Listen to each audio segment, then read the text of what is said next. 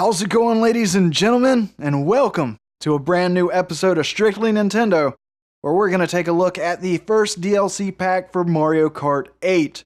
If you are not aware of this or don't know what it's all about, how? Now, with the pack, of course, you get 3 new characters, 4 new karts, and 2 new cups, which equates to 8 new courses. And that's a lot of additional value added to the game, considering that the pack's only $7.99. Now, the first 3 characters you get in this new DLC pack are Tanuki, Mario, and Catsuit, Peach. Now, some people may say, well, these are just new skins. They're not. Skins are the different colored Shy Guys and Yoshis, because you select the main character and then from the drop-down menu select the color you want. You don't go to Mario and then, select Tanuki Suit Mario.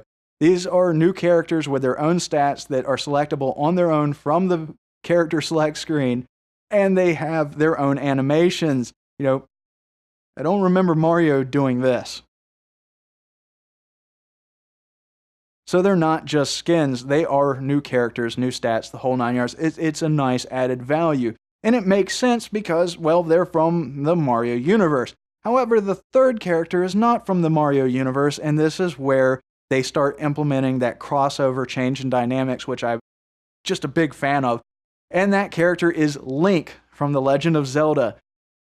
Has the voice of Link, his own animations where he breaks out the Master Sword, just really cool. It's a little weird at first, but it's not like a, wow, I don't feel comfortable with this weird. It's a, this is different weird. I like it, I definitely think that this is a move in the right direction. We'll get into more of that in a minute. Now, when you get into the karts, this is where some things get cool.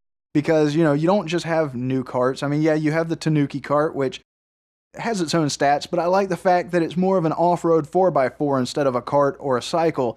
It just kind of adds a difference, which I just enjoy. You do have the Dasher. That's cool, a nice return of that kart. You have the Blue Falcon from F-Zero. That's cool. I really enjoyed that, and it gets even cooler. We'll get into that in a minute. And then you have the new Master Cycle, which continues the Legend of Zelda theme. It has that blue color palette of the hero shield, which it actually has the hero shield on it, and then it has the horse's head on the front of the bike. It just really brings that Zelda crossover dynamic, really well, just adds more to it.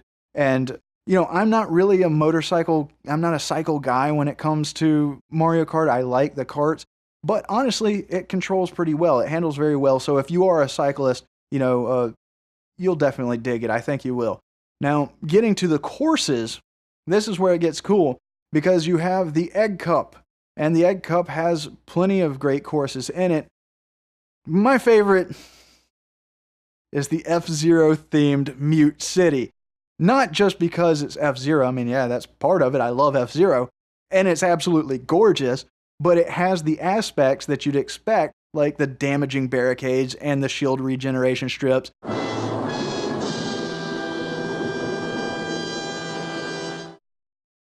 But the one thing that's that intelligent detail that Nintendo does so well is the whole course is set up as an anti-gravity course.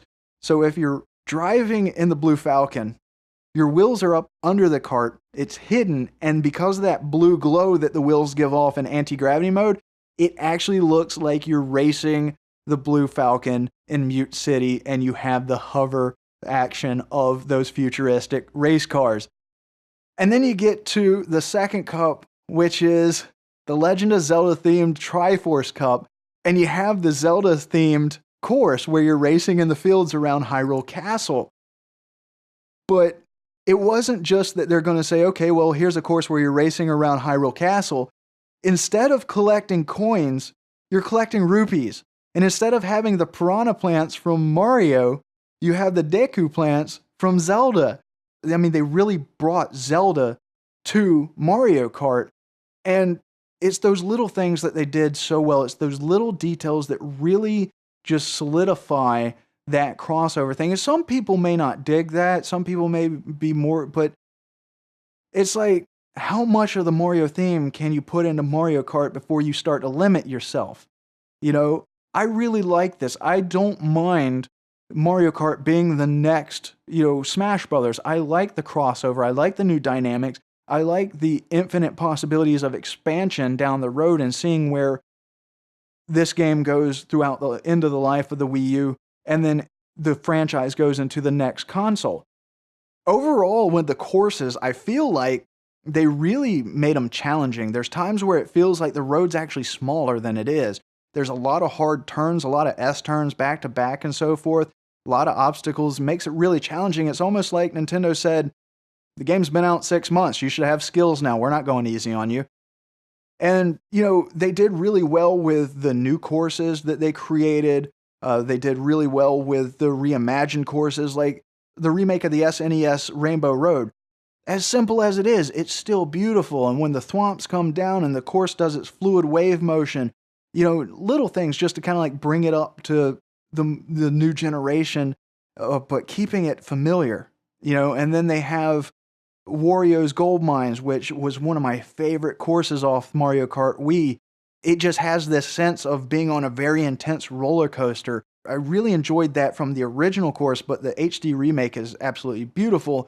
It runs very smooth, and it's a pretty traditional remake. I mean, they have the anti-gravity in there that they incorporated it in a small section, but it's not like they forced it. It feels very natural, and I thoroughly enjoyed that. To really drive home how the dynamics have really add additional replay value and really make it feel like a whole new game, is I found myself going, wow, I'm racing as Link in the Blue Falcon on an Excitebike course. I love all those games. I love Excitebike. I love Zelda. I love F-Zero. And to have elements of all those games in a Mario Kart game, it was mind blown. I'm going to get to racing some Mario Kart 8 on this DLC pack, and I hope to see you online in some races. Until the next episode, don't forget to leave a like, comment, and subscribe if you haven't already. And I hope to see you in the next episode. Take care.